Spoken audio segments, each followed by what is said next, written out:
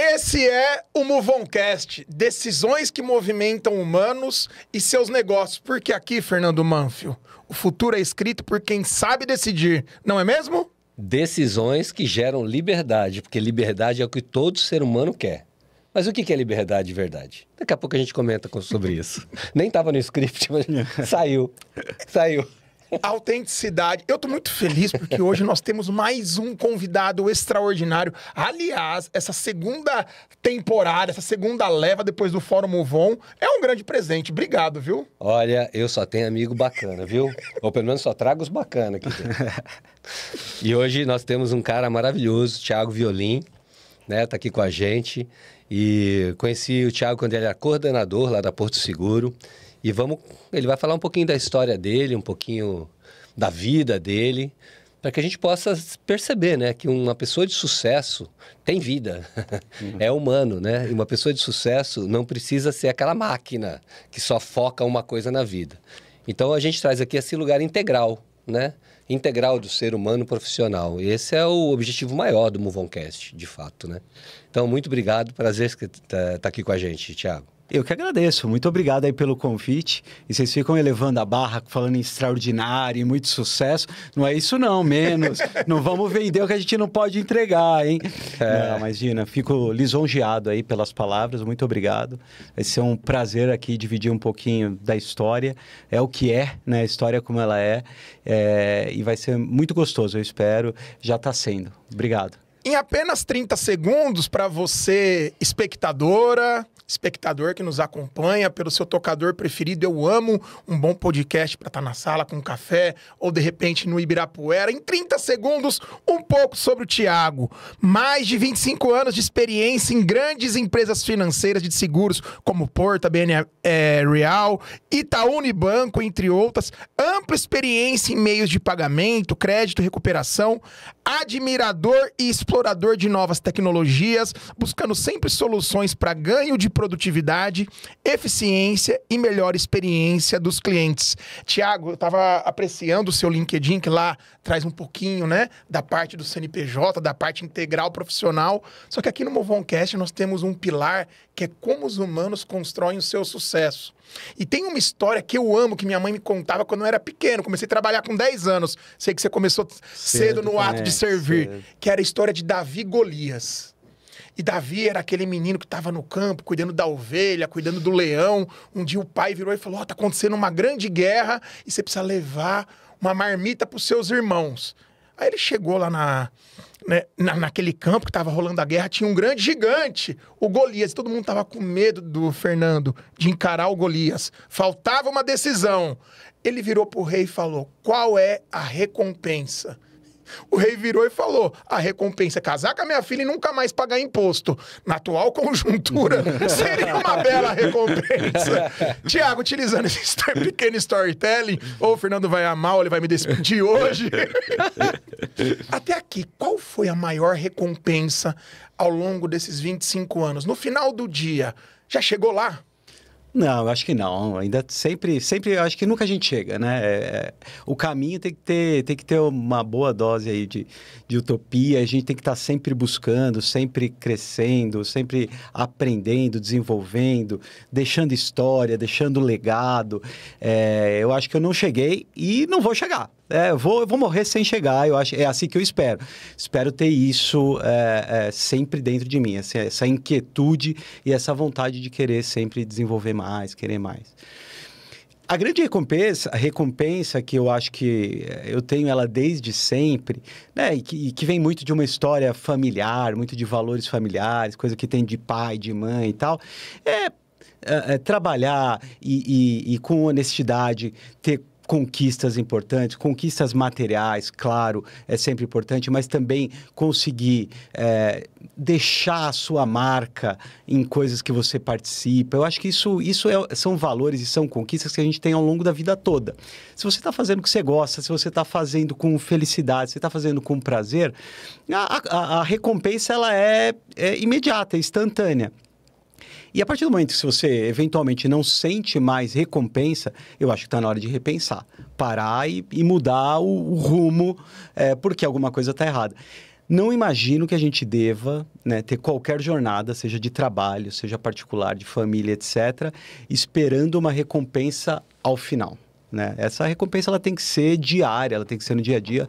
Óbvio, né? Não vamos ser hipócritas aqui e dizer que todos nós só vivemos de felicidade, de coisas boas todos os dias. Ainda tem os boletos, Thiago? Muito boleto para pagar, isso. Mas eu adoro, sabe? Essa questão do boleto, Fernando, me dá um ânimo, motiva a gente. Tem que ter um boletinho, eu não vivo sem uma parcela, dá uma motivação extraordinária para a gente trabalhar. Acho que é importante. Vou contar uma particularidade para você.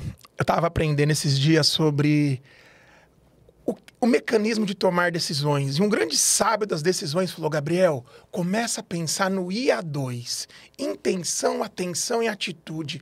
Qual é a sua intenção, a sua atenção, a sua atitude? Aquilo estava meio filosófico até chegar um contrato escrito para simples observação, teremos um evento, começa a se mexer. A hora que aquele contrato chegou, que é do nosso bootcamp, daqui a pouco o Fernando vai contar, me veio um gás de começar a prospectar, correr. É um estímulo, né? É um estímulo de sobrevivência, né? Sem dúvida, sem dúvida. A gente vive por estímulos, né? E a gente tem que ter mecanismos, né, de se autoestimular, porque nem sempre esse estímulo vem de fora. Mas é muito bom quando vem, né? É muito bom quando você topa um estímulo, você aceita um convite que te desafia, que te motiva. Acho que isso é muito importante. Sabe o que eu acho? Quando a gente tem trazido essas pessoas, esses seres humanos aqui, é tão gostoso, porque assim, a primeira coisa que eu não quero perder, Ti, é que você traz uma característica de muita gente que está sentando ali, né? Humildade, né? Sim. Isso é muito bonito, porque você vai fazer qual é um dos poderes do sucesso? Humildade. E muita gente ignora esse poder. Porque é um poder fantástico.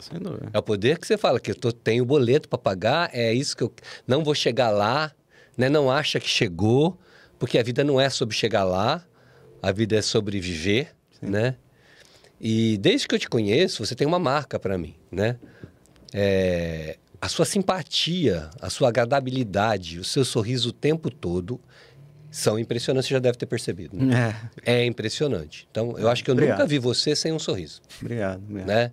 Tem uns dias que eu fico um pouquinho mais nervoso. Mas nunca comigo, nunca vi. A tua mulher deve saber, teu filho deve saber. Né? Alguns colegas de trabalho. Alguns colegas de trabalho. Mas assim, no geral, quando eu te encontro, é sempre esse lugar mais humilde, esse lugar de quem é um fazedor, uma pessoa que está, né? E isso é muito ignorado, né? Isso é muito ignorado no mercado. Assim, como a humildade e essa alegria nata, né? Apesar de ter momentos de estresse e tudo bem, mas como isso é poderoso no processo decisório, né? Como isso encanta uma decisão. Porque para tomar decisão, a gente vem ou do nosso medo, da nossa raiva, da nossa, vamos dizer assim, da forma como a gente está reagindo ao mundo, rejeitando certas coisas, etc e tal, ou vem do que a gente chama do nosso amor, né? Do nosso amor, da nossa liberdade, do nosso bom humor, né? E por que não? Da nossa tristeza, e tudo bem. Mas sem a reatividade, que é muito comum hoje no mundo. Você percebe isso? Como que as pessoas estão reativas o tempo todo? Sem dúvida, sem dúvida. Qualquer coisa vira motivo para uma discussão hoje em dia, né? E você pega aí qualquer tema. De política à religião, né? Talvez os temas até mais espinhosos. E eu, particularmente, eu fujo desse tipo de embate. Né? Este tipo eu acho que não agrega. Né? Você vai discutir alguma coisa... É diferente de um diálogo, né? E diálogo, muitas vezes, assim, todo mundo sai ganhando, porque todo mundo aprende, todo mundo desenvolve, todo mundo dá um passo à frente. Agora, eu costumo brincar, né? Que com aquelas pessoas que são mais donas da verdade, né? A gente brinca, professores de Deus. Esse tipo de pessoa não me estimula em nada, assim. Esse é o tipo de pessoa que eu não quero discutir, que eu não quero conversar. Porque, assim, ok, eu posso, inclusive, e aprendo muitas vezes com esse tipo de comportamento da outra pessoa, aprendo coisas boas e, inclusive, as coisas que não são boas, né? Coisas que a gente não deve fazer. Mas eu também não fico tentando demover muito da opinião ou do pensamento, porque são pessoas difíceis e que não estão dispostas a aprender ou desenvolver nada. Se a pessoa não quer aprender, se não quer desenvolver, se tem uma opinião tão cheia de si e dona da verdade, pois não, fica com ela, né? A mim não vai interferir em nada, eu vou querer ter o meu nível de aprendizado naquela conversa e não vou insistir em outra. Mas eu percebo sim, eu acho que é muito forte isso hoje em dia, né? Está muito reativo. Muita reatividade, assim. E você sabe que na minha teoria, né, que eu tenho estudado, você sabe, decidologia e trazendo isso aqui, para mim, né, eu concretizei isso de uma forma muito clara, assim, para mim isso é muito medo. Né? Medo que as pessoas têm, né? E quando elas têm esse medo, o único jeito de se defender é botar uma barreira aqui, bloquear todo o potencial. Sem dúvida. Elas bloqueiam todo o potencial delas, sendo né? Essa dualidade, essa questão de fechada, essa questão de irritabilidade, de reatividade, né? De reclamação, e isso é muito forte. Então, eu adquiria, com o tempo, né, por causa do estudo, uma certa compaixão, sabe? Só que, assim, tem gente que não tá afim em ponto, né? É isso. Mas há pessoas que querem se libertar disso. Querem, não conseguem, né? E aí, muita gente continua nisso, também falando assim, porque você não sabe a vida que eu tive. Mas, Thiago, você nunca teve problema? Você nunca teve trauma? Nunca, né? Você não teve trauma nenhum? Quem nunca? Você está nesse berço de felicidade, impossível. né? Então, como é que é isso para você, né? Passar por todas as dificuldades, quando você começou a trabalhar muito cedo. Conta um pouquinho para nós essa história de como você se tornou essa pessoa que você é hoje. O que eu costumo dizer é, assim, eu não tenho história triste. Felizmente, nesse sentido, eu me sinto muito privilegiado. Poxa, comecei a trabalhar muito cedo, com 14 anos de idade. Acho que isso, para mim, foi um fator decisor, assim, na vida. Mudou a minha vida isso. E por que eu comecei? Porque eu quis, né? Eu tenho uma origem, uma família simples, humilde, mas eu não precisava. Eu não tinha necessidade de trabalhar. Muita gente precisa começar a trabalhar muito cedo por uma questão de sobrevivência. Não era o meu caso, mas eu quis, muito espelhado na história da minha família, de novo nos valores. Meu pai, minha mãe sempre preservou muito. Para o meu pai, a questão do trabalho é um valor, ele tem isso como uma importância e ele passou isso para mim, para o meu irmão e tal. Então, comecei a trabalhar muito cedo. Eu acho que isso muda a forma como a gente pensa, muda a nossa maturidade. Não sinto que eu perdi nada em função disso. Pude ter a minha vida.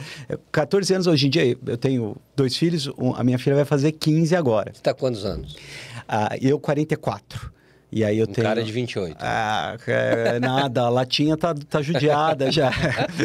Mas eu tenho o Theo, que tem 8 anos, e tenho a Lívia, que vai fazer 15 anos agora. Essa semana, inclusive. E aí eu vejo... Parece que assim, né, minha filha não tem menor... Eu não a vejo trabalhando hoje, nessa idade. Mas os padrões mudam um pouco, né? Estou falando de uma coisa que aconteceu 30 anos atrás, mas eu vou incentivá-la a começar a trabalhar cedo, independente de uma questão de necessidade financeira ou não. Eu acho que há outras necessidades que o trabalho traz, né? Seja ele qual for, né? Seja o caminho que quiser escolher. Mas o trabalho enobrece, né? Enobrece. Significa o homem. Sem dúvida. Faz a gente aprender coisas de todos os aspectos, né? A importância do reconhecimento, a importância de receber o primeiro salário. Aquilo tem um valor, e por menor que seja, assim, te dá um nível de liberdade que eu acho que também é um outro valor que eu preservo muito, assim, a liberdade, né? Eu adoro ser livre, né? Eu nunca e jamais gostei de ser controlado. Então, para isso, para alguém que precisa de liberdade, talvez o primeiro passo é a liberdade financeira, né? Você precisa de algum nível de liberdade para você poder controlar e comandar um pouquinho a vida, né? Mas voltando objetivamente aqui na tua pergunta, no teu ponto, assim, a vida ela é feita, obviamente, de conquistas, de dias mais felizes, de dias tristes. Nunca tive, felizmente, né, graças a Deus, nenhum movimento de uma catástrofe, alguma coisa muito triste. Não, muito mais. As tristezas minhas do dia a dia são aquelas cotidianas que todo mundo tem, são os desafios diários. E eu acho que é o tipo de coisa que, inclusive, começar a trabalhar cedo ensina, que você tem que lidar. Né? Então, e aí o pessoal em casa brinca, né? Meu pai, minha mãe, a Cíntia, que é minha mulher. Pô, mas você nunca tem problema? Você chega aqui, você nunca fala dos problemas do trabalho? Eu falei, eu tenho vários. Mas eu não vou ficar falando sobre eles. Se é um problema, se é alguma coisa difícil, você tem que resolver. Né? Vai ter que passar por isso, você vai ter que superar, você vai ter que encontrar um caminho. Chegar em casa e ficar revivendo, falando do pior que aconteceu, não vai trazer nada para ninguém. Então, é o tipo de coisa que eu não faço questão de ficar remoendo e trazer. E é o jeito que eu aprendi a conviver com isso. Tem problema? Tem vários, como todo mundo tem, coisas do cotidiano, do dia a dia, que a gente tem que saber ultrapassar e chegar do outro lado. E vamos aproveitar e ser feliz com o que é bom. Gabriel, já sei. É alma velha. Alma velha. Liberdade, alma velha.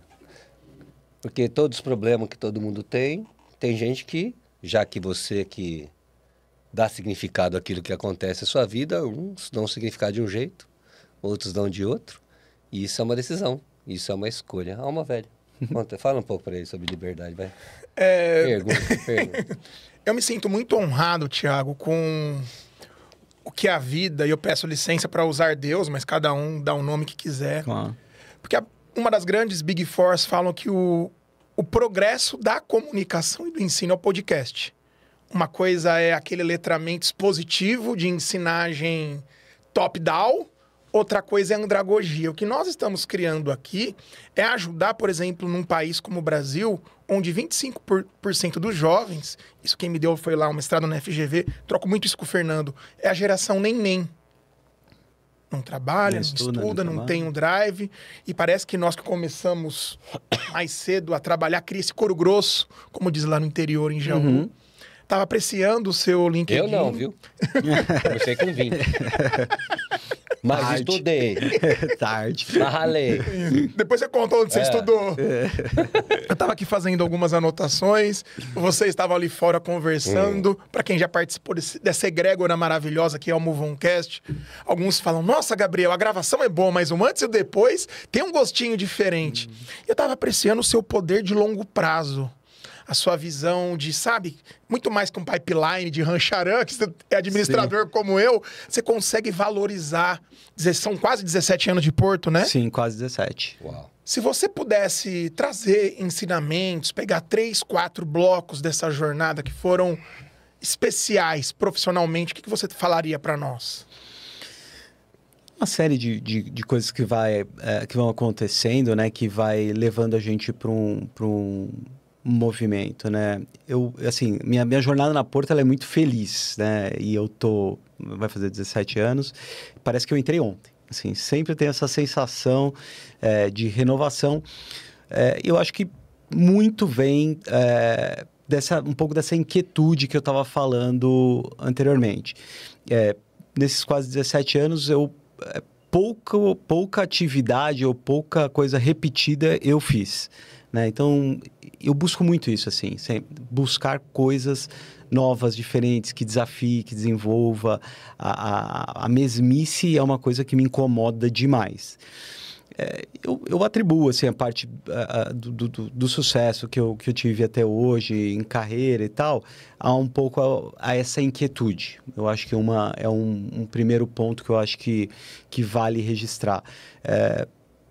E nada contra, cada um tem um jeito de pensar, uma forma de agir. Tem pessoas que são naturalmente mais acomodadas, né? sem nenhum prejuízo aqui a esse tipo de pensamento, de comportamento, porque tem pessoas que estão super bem dessa forma. Não querem se lançar para uma coisa mais desafiante, algo novo e etc. É uma forma de pensar, e de novo, conheço casos de pessoas que se deram super bem, são felizes assim, eu acho que, de novo, é o que vale. Não é o meu caso. Então, o meu caso, assim, para eu estar feliz e motivado, eu tenho que ter desafio novo diariamente. E aí, óbvio, né? Quando a gente traz para o nível do diário, são pequenas coisas diariamente que no final motiva a gente para conseguir. Então, eu registraria isso como um primeiro passo. Falando de carreira, de trabalho nesse tema todo, né? Acho que um segundo fator, pelo menos a mim foi importante, eu acho que tem que ter sempre uma dose de, eu diria assim, de ousadia, né? Poxa, eu costumo brincar, quem não morre não vê Deus, né? Então, assim, se você quer coisas maiores, se você quer, você tem ambição, tal, você tem que se arriscar mais. E o risco, como você pode ser 50% de chance, na largada você parte de 50%, pode dar certo para dar errado.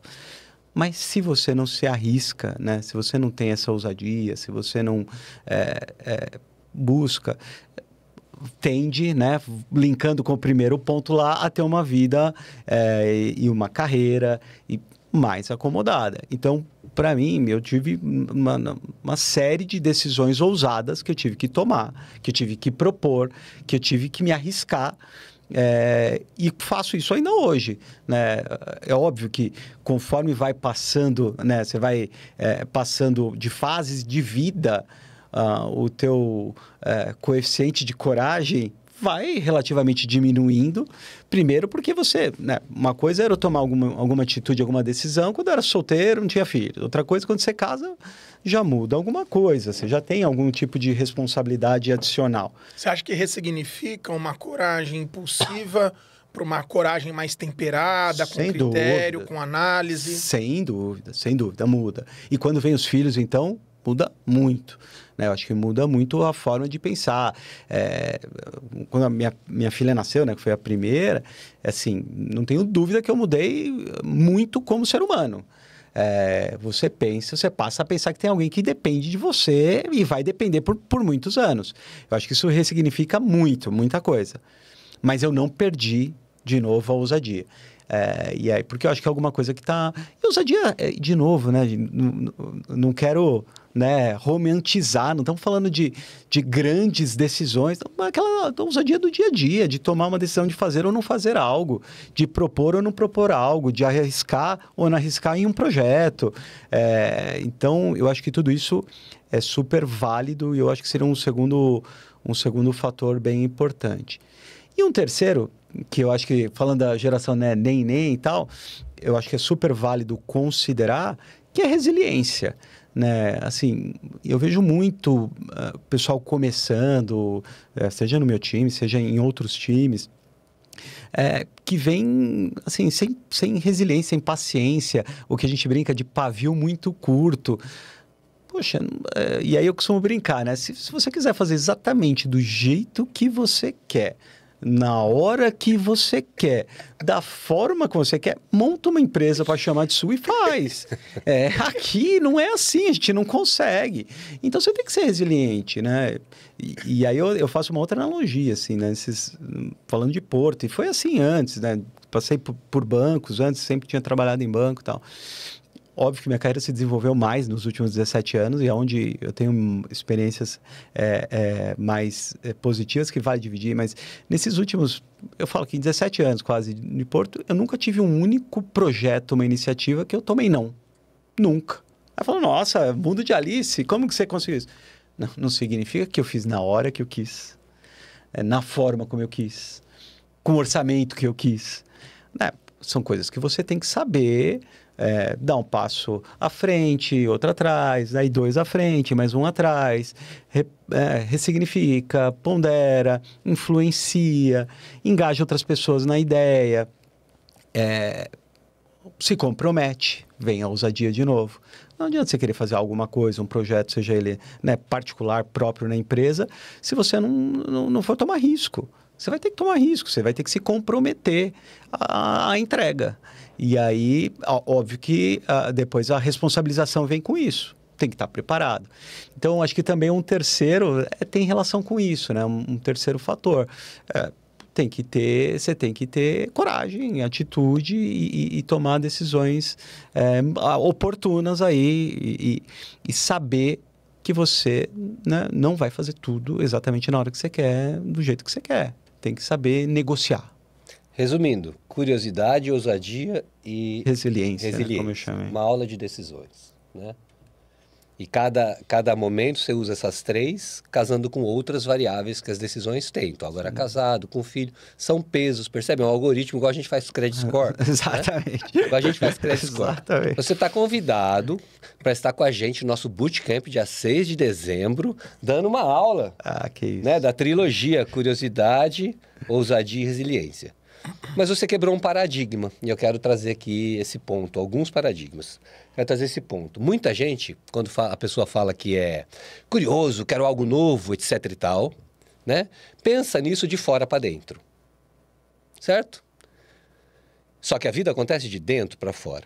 Mas as pessoas pensam, muita gente pensa de fora para dentro. Eu acho que isso é muito legal, muita gente pode aprender com a sua fala, né? Porque se eu sou de fora para dentro, eu quero mudar, eu quero não sei o quê, eu quero não sei o quê, então eu mudo de empresa. Vou para outra empresa, para outra empresa, outra empresa, né? Um pouco do que eu fiz no começo, né? Eu também. Aí você ouve você falando, quero mudança, eu quero não sei o quê, não quero sempre a mesma coisa, quero não sei o quê. Parece que não está casado há 18 anos, pelas contas aqui. Né? Mais ou menos por aí, não é? Um pouco casado, um pouco mais. Mais? Acho que já uns 20. Então, uns 20 anos. Quer dizer, na verdade, você não precisa trocar de emprego, não precisa trocar de mulher, ou de homem, seja o que for, para continuar curioso por coisas diferentes. Exato. Por questões diferentes do dia a dia, né? Relações diferentes. Tá tudo lá. Então, isso é o primeiro paradigma, né? A gente olhar assim, a nossa curiosidade está de dentro para fora. Então, na verdade, quando você fala isso, eu entendo assim, eu quero conhecer mais de mim. Né? Minha ousadia está conectada com a minha curiosidade, porque quando eu sou ousado, eu me coloco em desafios que eu conheço mais de mim. Mesmo estando no mesmo banco, mesmo estando com a mesma esposa, né? Você ali conhece mais de você e assume novas responsabilidades com resiliência, porque sem resiliência esse processo não acontece. É fato. Né? É fato. Aí você teria saído da Porto, trocado de né? Então tem uma resiliência, porque você teve problemas em todas elas. Sim. Não fez o projeto do jeito que você quis, na hora que você quis, mas fez acontecer.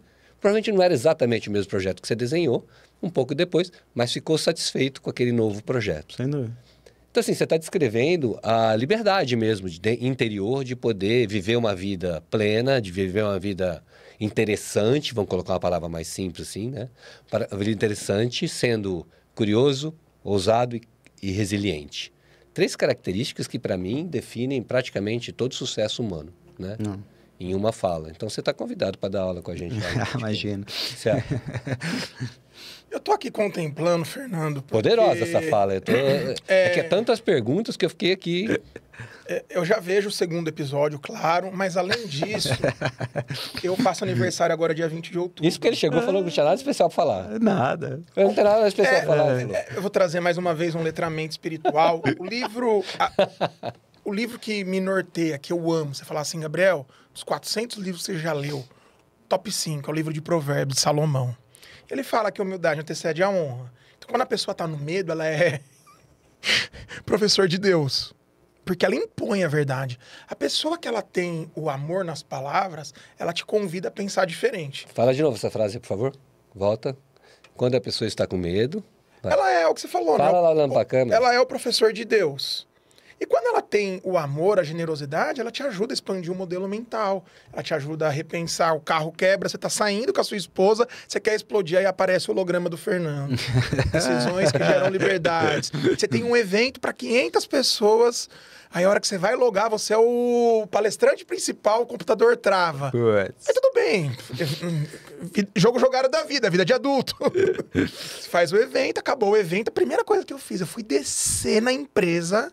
que fez a manutenção caríssima. Eu pedi um computador, o cara me entregou uma Ferrari.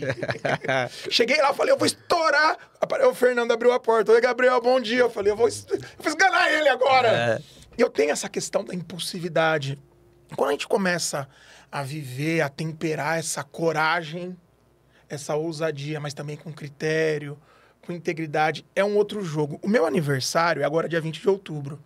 E nós fomos almoçar, o Fernando me presenteou. A conversa estava melhor que a comida, ele estragou o meu prato principal, que eu nem conseguia prestar atenção na comida. E ele me ajudou a associar algo que eu estava negligenciando, Thiago. Durante 16 anos, eu fui um CFO que gerenciei mais de 400 pessoas. Mas eu estava ficando escravo do mesmo. Sabe? A mesma praça, o mesmo banco. Era normal um menino que veio de Jaú com 10 reais na carteira, que precisou de políticas públicas, ia almoçar no pobre rua da cidade de Jardim. Era normal ir correr uma maratona em Chicago. Era normal ter encontros como esse. Eu perdi a possibilidade de apreciar os momentos maravilhosos. E nesse instante eu estava aqui me emocionando, porque não existe felicidade sem consciência, sem presença. Hoje você gerencia quantas pessoas? O meu time direto tem por volta de 300 pessoas, 350 pessoas, e 8 indiretos, né, e 8 diretos. Quando a gente pensa em Porto, são quantos mil? 13.500 funcionários a Porto tem hoje. 13.500 funcionários. Eu queria trazer essa reflexão para vocês dois. Você nesse lugar onde tem essa visão de longo prazo, são 17 anos dentro de uma casa que, acredito eu, que é uma empresa que impacta diretamente todos os brasileiros, ou a grande maioria, né? Sem dúvida, sem dúvida. E também para o Fernando, quando você pensa nessa questão de profissionais que estão vivendo uma situação que eu vivi, sabe? De ter um grande cargo, um grande diretor, um COO, um CFO, até mesmo um CEO que está sendo escravo do crachá corporativo. O que vocês falariam para eles hoje? Aí, de novo, né? Cada um tem a sua forma de pensar, de agir, etc, né? Primeiro, não dá para ficar assim, né? Alguma coisa vai ter que ser feita no meu ponto de vista, né? Ou passa, de algum modo, a gostar e se entusiasmar de novo com o que faz, ou deixa de fazer, vai buscar outra vida. Porque senão nada adianta, é aquilo que a gente falou, né? Assim, o que vale muito é a jornada. Não adianta ficar sempre pensando no que vai acontecer, embora, óbvio, a gente tem que pensar, né? Se planejar para o futuro e tudo mais. Mas não é só isso. Então, se você também tiver, né, vou ter uma vida horrível pensando numa aposentadoria feliz, será que você vai chegar vivo lá? Né? Então, alguma coisa tem que ser feita. Uma situação como essa, alguma coisa tem que ser feita. E não acho que necessariamente precisa passar por tomar uma decisão mais drástica. Eu vou mudar de carreira, vou largar tudo, É um caminho, claro que é. Mas, eventualmente, também tem muita forma de você ressignificar o que você faz, de você reinventar, de você se movimentar de empresa, se for o caso, de carreira, mas sem uma mudança muito, muito drástica. De novo, você tem que ressignificar e encontrar valor no que você estiver fazendo, seja o que for. Eu, assim, né, espero não passar por essa decisão, né, ter que passar por essa decisão, mas hoje, tranquilamente, eu tomaria uma decisão, tomaria uma atitude, né? A convivência com isso, eu acho que pode matar alguém. E tem matado. Tem matado. E eu quero só permitir inverter o que você falou. Olha só.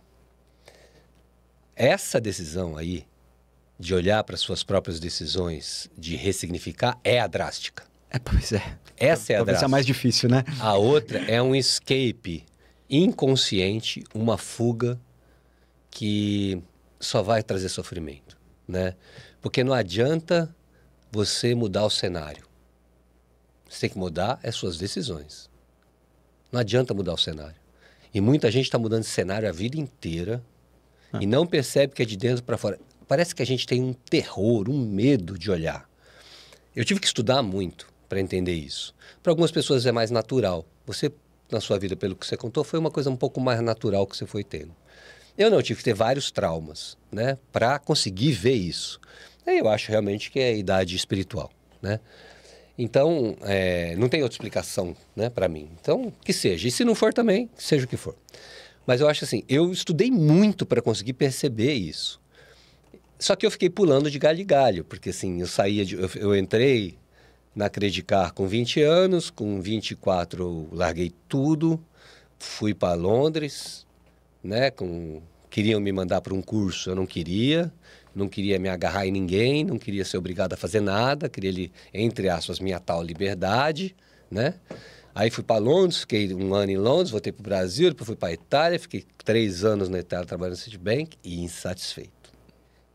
Daí encontrei um trauma no Brasil, foi outro trauma na Itália, que eu quase tive um quase morte lá, meio ruim.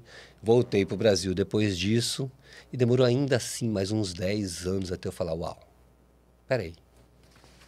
Né? Tentei de todos os tipos, de relacionamentos diferentes, empresas diferentes e nada. Tô fugindo do quê? E nada. Tô fugindo do quê?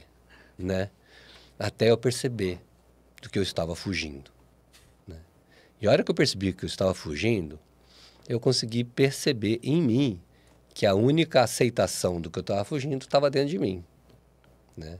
Então, podia ser daquela fala do meu pai, quando eu era 17, 18 anos, que eu iria para o inferno, sendo gay e tal, falou isso para mim, aquilo, eu tô fugindo do quê? Tô fugindo do inferno, né? E você fala assim, que palavra ruim você falar fugindo do inferno. Mas, de alguma maneira, a gente faz da nossa vida um inferno, muitas vezes, de tanto sofrimento, reclamação, insatisfação, arrogância e tudo mais. Você faz da sua vida um inferno. Vou chamar esse tipo de inferno, então, Sim, esse sofrimento. Sim. Até eu perceber, uau, não tá rolando. Já mudei de país, já ganhei dinheiro, já fui para um lado, já fui para o outro, já troquei de carreira, trabalho, larguei tudo, fui para o WeRisk, montei minha empresa que eu queria, né? Montei a GoOn depois, para trabalhar só com quem eu gosto. Então, me cerquei só de amigos e ainda assim eu queimava por dentro. Coisa... Mas eu construí um mundo ideal. Meu Deus. Né? E ainda assim dentro estava quente. Eu falei, não. Tem alguma coisa muito errada aqui.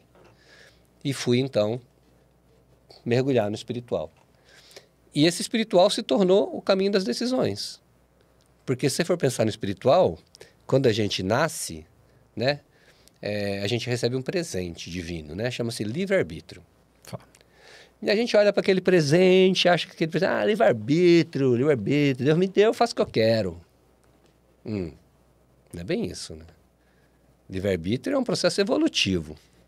Pegou uma bola de fogo na mão e tem que transformar aquilo em liberdade. O que é liberdade? É decidir a partir de algo saudável, amoroso, algo concreto, ousado. Não algo reativo, chato, tentando fugir de todo o tempo, de tudo. Então, o livre-arbítrio, muita gente confunde livre-arbítrio com fazer o que eu quero a hora que eu quero. Mas livre-arbítrio não é isso. Está cheio de filósofos discutindo isso hoje, né? Livre-arbítrio é uma bola de fogo. É o teu processo evolutivo. Queima. Né? Então, e aquela história, desculpa, o plantio ele pode ser até uma escolha, mas a colheita vai ser obrigatória. Vai ser obrigatória. Então, depende do que você plantar, com o que você fizer com o seu livre-arbítrio, você vai ter a consequência dele. Né? Exatamente. E queima, né? Então, eu passei a olhar para isso e falei, uau, interessante, queima mesmo. Aí virou uma coisa completamente diferente. Né? Aí virou uma pessoa que tenta ser feliz o máximo do tempo possível, né, que é ousado, que casa aos 63 anos. Né? Eu tenho 63, casei faz 3 meses. Né? Então, assim, esse sou eu. Que larga se não estou feliz, mas não por largar para fugir de algo. Porque algo tem que colocar algo maior no mundo. Sim. Né? Não abro mão do meu trabalho de decisões. Né? Então, esse lance, estou me perdendo porque que eu comecei esse assunto aqui. Ajuda aí. Livre-arbítrio, do livre-arbítrio, fugir de si. Dessa inversão da decisão que é... Qual que você deu o nome? Como é que eu falei assim? A mais drástica. É mais drástica, é. Isso. A decisão drástica, voltando agora para o tempo. O drástico é o que você trazia aqui. A decisão drástica é você olhar para as suas decisões e entender como você é a partir das suas decisões. Porque basta você olhar para as suas decisões que você percebe como você é. Exato. Né? Ela é um espelho. As decisões são um espelho. Sim. Aí você pode chamar de livre-arbítrio. Olha para o seu livre-arbítrio, para as suas decisões, que você percebe como você está funcionando. E normalmente em todos os aspectos da vida, né? É como você decide sobre a tua vida particular, é como você decide profissionalmente, é como você toma decisões de dia a dia, né? E a gente percebe muito isso, assim. Tem pessoas mais inseguras. Poxa, pensa e vai e volta e pede mais alguma coisa para tomar decisão, e pede mais uma informação, e procura mais um... outras mais objetivas, né? Toma, assume o risco, vamos, usa um pouco mais da intuição, etc. Então, eu acho que tem toda a relação, sem dúvida. Não tem? Sem dúvida. E eu até nunca falei isso, mas assim, até casei com mulher. Por 3 anos, muita gente sabe, muita gente não fica meio confuso, hein? Mas até casei com mulher para fugir desse lugar do inferno. Louco. Tentei até isso, uma pessoa bacana, tal, até isso, mas não conseguia, né? Não era Tive você. que aceitar a vida como chegou para mim, né? Isso. E é maluco como tudo isso tem a ver com cultura. Só que antes eu vou trazer um pano de fundo e em 40 segundos, não mais que isso. Para mim, como cristão, o ajuste fino do autoconhecimento. O Daniel Goleman vai chamar isso que a gente está vivendo de ressonância límbica. Alguns vão falar que é o filme Avatar, outros que estudam física quântica dizem que a nossa energia impacta 7 quilômetros. Acontece na sua empresa que tem pessoa que quando chega, você se reencontra. Sim. Quantas vezes eu vim para cá arrebentado? Eu lembro o nosso primeiro episódio foi eu, Fernando e o Dalmer, correto? Sim. Eu tinha acabado de perder 3 contratos. Puxa. Eu tava no negativo do negativo do negativo. Eu sentei aqui... Não tem como estar feliz, né? Como assim? Aí você começa a entender egrégora, você fala, velho, eu tô vivo. É isso. É outro jogo, é outra possibilidade. Como hoje, por exemplo, desde cedo muita coisa legal rolando. Fernando Gabriel, como vai ser? A gente vai ser muito bom, você entendeu o que eu ia falar? Porque tem essa questão energética. E eu aprendi isso estudando finitude. Tem uma professora maravilhosa, Ana Cláudia Quintana Arantes, ela tem um livro chamado A Morte é um Dia que Vale a Pena Viver. Que ela trabalha com procedimentos com pacientes que estão em fase terminal. Tem uma terminologia que agora escapou, daqui a pouco vem. Procedimentos paliativos. Paliativos, né? Outro dia eu fui para uma palestra dela, só que ela teve um problema que teve que fazer esse procedimento e teve que ir embora imediatamente nisso. Olha só que louco. E é um livrinho, Thiago, pra gente que se aprofunda, né? Você é colega de jornada, assim como o Manfred, de estudos. Tenho vários amigos que estudaram na Dom Cabral. Tô bom de cabeça? Bom de cabeça, é isso aí. Foi onde eu fiz o MBA. É um livrinho gostoso de ler e ela traz esse letramento. Ela fala, olha, no Brasil de 1 milhão a 1 milhão e 200 pessoas morrem por ano. 800 mil é aquela morte que, infelizmente, a pessoa ela tá num processo de partir. Só que 400 mil é ineditismo, cara. Eu tava comentando com o Manfio, um colega meu, modelo, influenciador, 46 anos, acho que é a sua idade, né? 44. Ali na casa, né? Há 2 anos atrás ele sentou comigo ali na Faria Lima, no Açaí, um lugar gostoso, trouxe 1 milhão de projetos. Não, Gabriel, o que vai acontecer assim? Eu vou puxar você.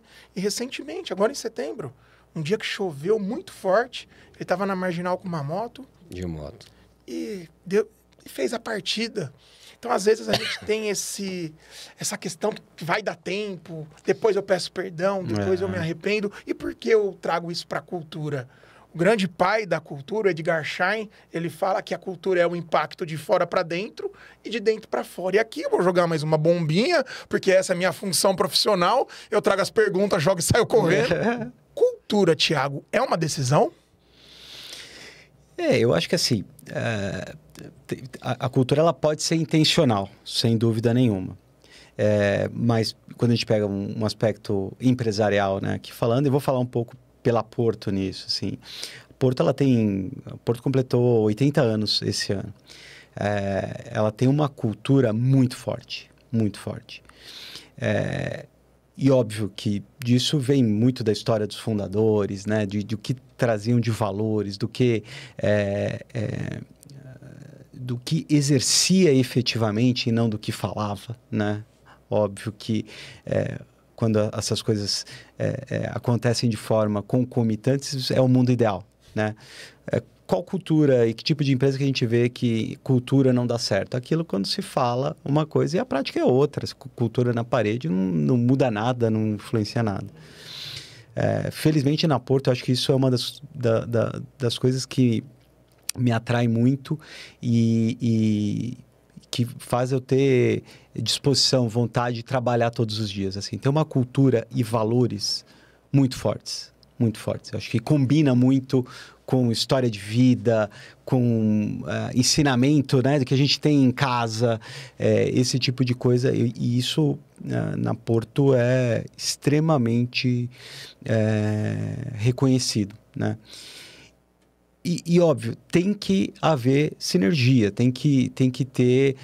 tem vários colegas que passam por lá e a gente começa a perceber rapidamente, não vai dar certo, né? Não casa, não coincide, né? E, de novo, não estamos falando de nenhuma questão de alguém de mau caráter, nada disso, nada disso. Mas não combina, né? Puta, e é facilmente perceptível. Esse fit cultural, ao longo desses quase 17 anos, você várias vezes já... Muitas. Você ganha o manejo, né? Muitas. E não significa que essa cultura também não vá se atualizando, não vá se reinventando. Eu acho que isso é importante, né? A gente até agora está usando um mote, né? Que a gente divide nossos ciclos de planejamento, a gente chama de temporadas, né?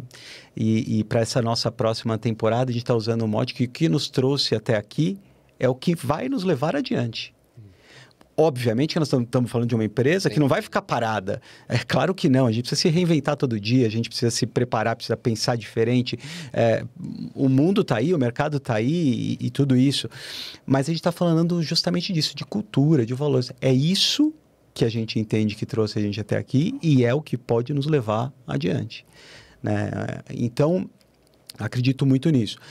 Respondendo objetivamente, acho que a cultura ela pode ser intencional. É super possível, você fazer um ajuste de rota, uma mudança, alguma...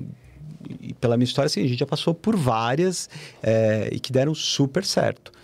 Mas o DNA, né? O núcleo ali da cultura, quando muito forte, com um valor que coincide com o profissional, aí eu acho que é o mundo ideal, assim, é o que a gente consegue valorizar, e cito a Porto, obviamente, por estar lá, mas tem outras tantas empresas com culturas tão belas e com coisas que a gente vê dando tão certo, né? Que faz tanto sentido. Então, acho que tem, assim, muita importância nesse tema. Você sabe que quando eu criei o Cultura Decisiva, que é o nome do método, é para falar que a cultura ela acontece nas decisões. As decisões são o movimento da cultura. Então, olha para as suas decisões, você se conhece, olha para as decisões que são tomadas nas empresas, que você conhece a cultura da empresa. Sem dúvida. A questão é que quando a gente fala de decisões, muita gente fala só das decisões visíveis. O que é isso? Vou comprar um novo software, né? Vou fazer um projeto X. Não, decisões é a forma como se fala com o outro, como que você decide respeitar o outro, como você decide ser arrogante ou humilde. A decisão é um mundo muito maior do que as pessoas falam. Tanto que Harvard fala que a gente toma 35 mil decisões por dia, 18 mil em horário de trabalho, né? E 66% não deu certo. Na verdade, todo o meu trabalho começou com essa pesquisa. Porque eu falei assim, o que eu quero colocar para o mundo? Uma forma de atuar diferente, que é um pouco do que a gente está coincidente aqui. E aí eu falei assim, como que eu vou colocar isso? Eu vou fazer autoconhecimento, como é que eu vou fazer autoconhecimento nas empresas? Daí caiu essa pesquisa para mim. Deus mandou. Chegou lá, uau, vou falar de decisões. Porque eu queria falar de confiança, de crédito, mas ficava meio etéreo. Mas como é que eu falo? Confiança como? A hora que você fala de decisão, fica tão preciso. Perfeito. Né? Perfeito. Porque decisão não é tudo, né? Como eu estou me movendo aqui, é uma decisão. A cada palavra que sai da minha boca é uma decisão. Claro, claro. Né? Se ela é consciente ou inconsciente, não sei, mas que é uma decisão, é. Então, esse lance de cultura decisiva é esse movimento, né, que as decisões trazem. E isso é fundamental, porque como é um movimento, ele vai mudando de acordo, né, com a vida. A vida traz novidades. Agora chegou IA. A tua cultura vai mudar um pouco. Claro. As fontes não. E você sabe que eu sei, você deve saber, que toda a família que criou a Porto Seguro faz um trabalho antroposófico. Sim. Sabe, né? Sim. Que é lindo, espiritual. Sim. Sempre fizeram. Até hoje, eu sei porque tinha um ex-professor meu de antroposofia, que eu estudei com ele, fiz vários retiros, etc e tal. E a antroposofia, ela traz essa organização da empresa de forma espiritual, né?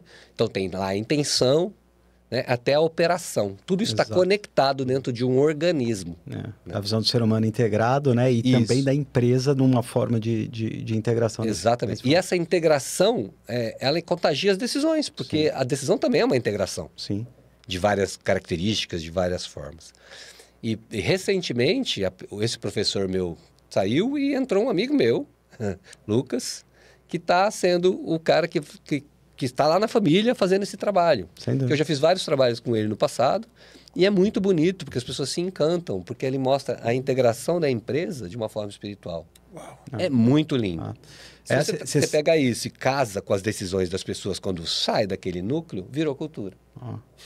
Uma das vertentes, né, da antroposofia e assim, na Porto a gente usou e usa bastante a questão dos setênios, né?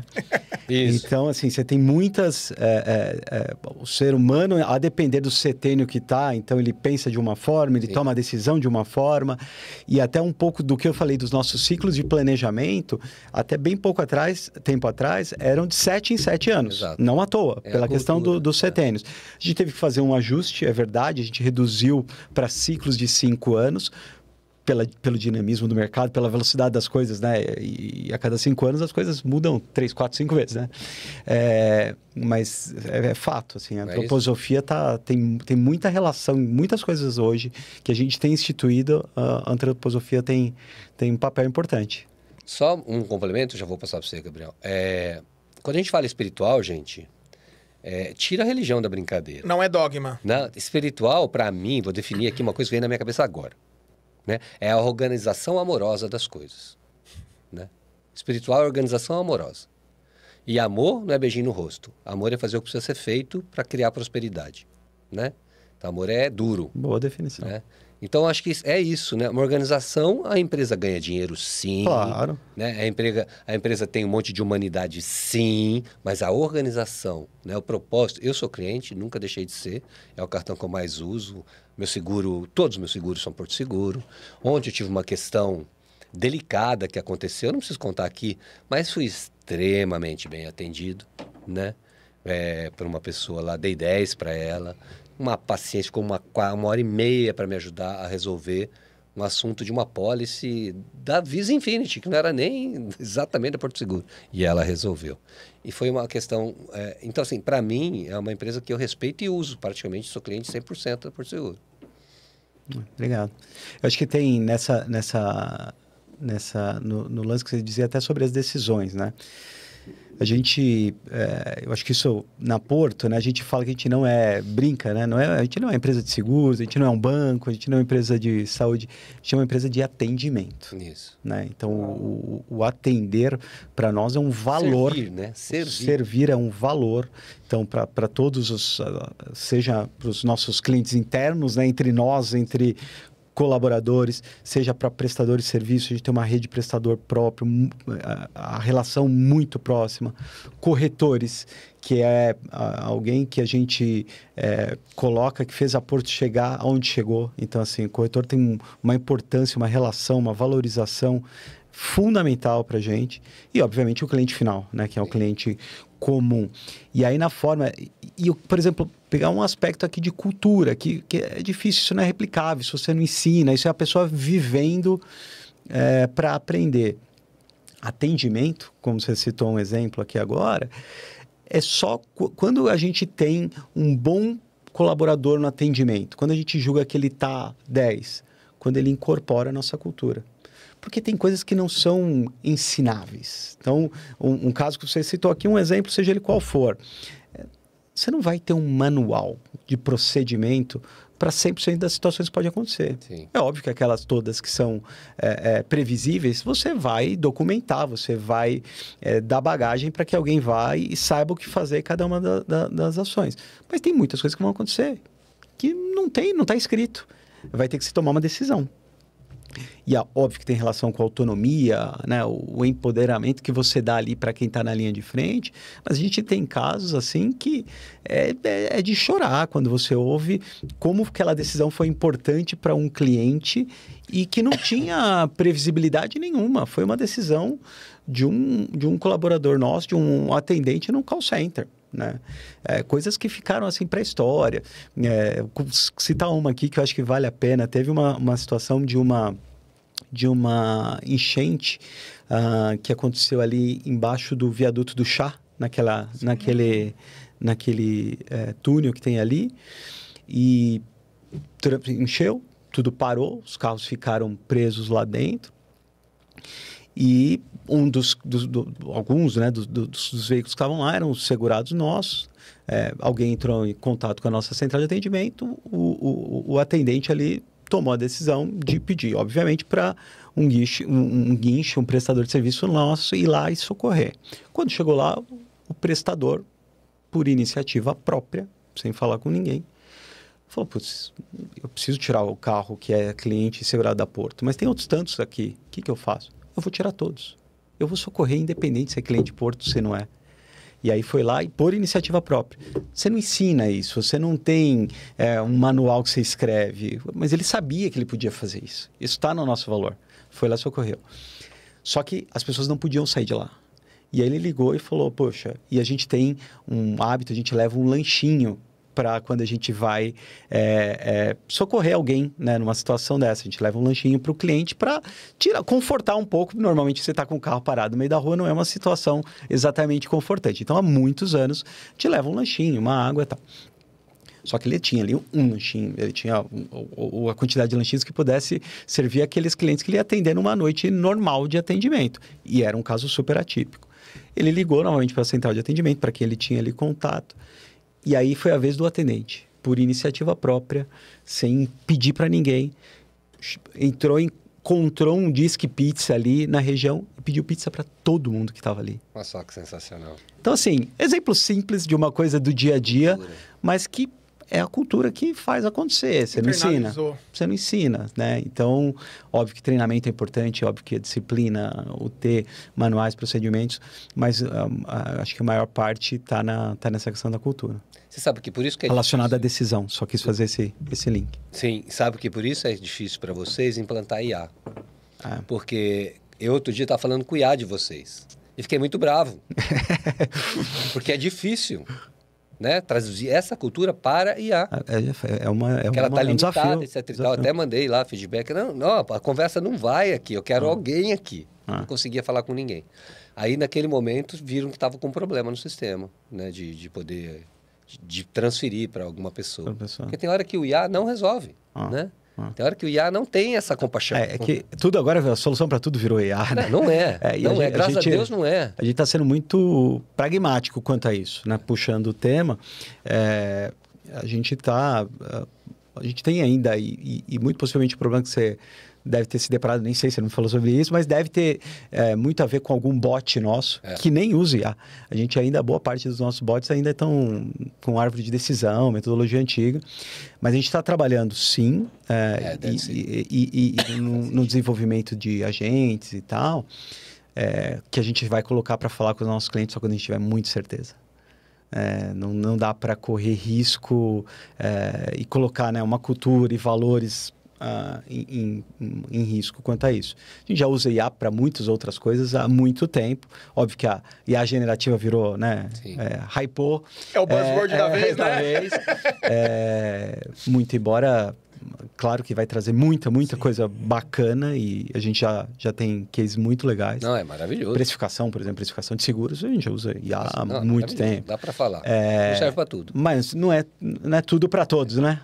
O MIT ele publicou um paper que 5% traz resultado. É claro que às vezes 1% pode ser um game changer para a sociedade. Claro. Mas precisa ter esse equilíbrio. Fernando, você sabe que quando eu venho assim tesourando...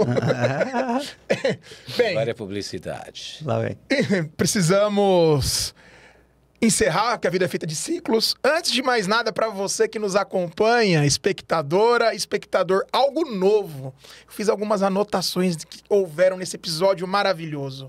Idade espiritual, decisão drástica, cultura acontece nas decisões, o poder do sucesso está na humildade, a inquietude, a ousadia pode levar à resiliência. Não seja um professor de Deus, a humildade antecede a honra, saiba reconhecer as suas recompensas. E aqui tem uma questão da antroposofia. Na teologia nós estudamos que o grande problema do povo de Israel, no Antigo Testamento, ele tinha uma lei, de cada 7 anos tirar um para descansar.